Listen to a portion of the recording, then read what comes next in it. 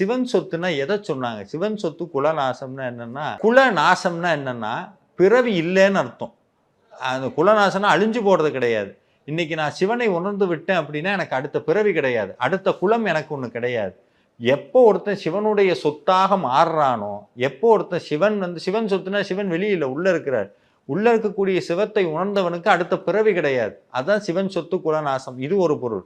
2வது பொருள் என்னன்னா, எந்த காரணத்த கொண்டும் சிவன் சொத்து மட்டும் இல்ல. கோயில்ல எந்த காரணத்த கொண்டும் கோயிலினுடைய பொருளையோ, கோயிலினுடைய சொத்தையோ ஒருத்தர் அனுபவிக்கக் கூடாது.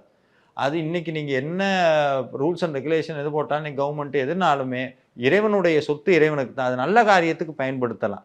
விபூதி வாங்கிட்டு வந்தோம்னா தாராளமா வீட்டுக்கு எடுத்துட்டு போணும். அங்கேயே கொட்டிட்டு போறோம்னா என்ன அர்த்தம்னா, சிவபெருமான் பார்ப்பாரு. ஓ! இவனுக்கு நான் விபூதி குடுத்தேன் இவன் கொட்டிட்டு போறான்னா அவரும் வீட்டுக்கு வரமாட்டாரு. தாராளமா விபூதி வீட்டுக்கு எடுத்துட்டு போலாம். வீட்ல எடுத்துட்டு போய் சேகரிச்சு வச்சுக்கலாம்.